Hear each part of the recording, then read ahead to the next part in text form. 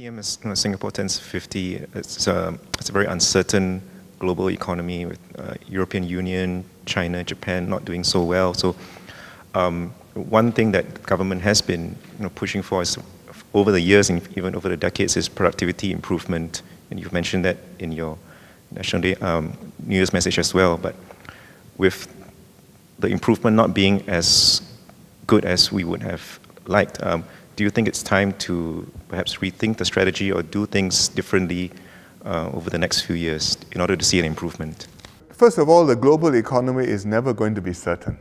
I mean, when everybody thinks that things are going swimmingly, that's when you should get very worried that we are not paying attention to some danger and we're about to crash into something pretty soon. I mean, that was the situation before 2007, and everybody thought things were well, markets were brilliant, all making money, and then you ran into a serious disaster. So that the global economy will have uncertainties will be so for a long time to come. And even if the global economy is doing well, it will always be in flux, changing, new technology, new players, new competitors, new partners to cooperate with. And we have to respond to that. And if we can respond well to that, then I think that we have a role and we can prosper. When we talk about productivity, part of it is this response. You're doing the right business and therefore you're making money and profit and doing well. Part of it is more into how you're doing things and whether you're doing it right.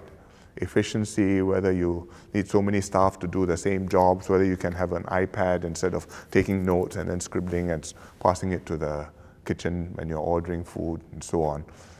And that part we also must pay attention to. And that's a very tough job. It's very tough because you're asking companies to change the way they are doing things, and they have to learn new skills, and they may need a new organization. You may not be able to operate as one little shop. You may need to be franchised or joined together.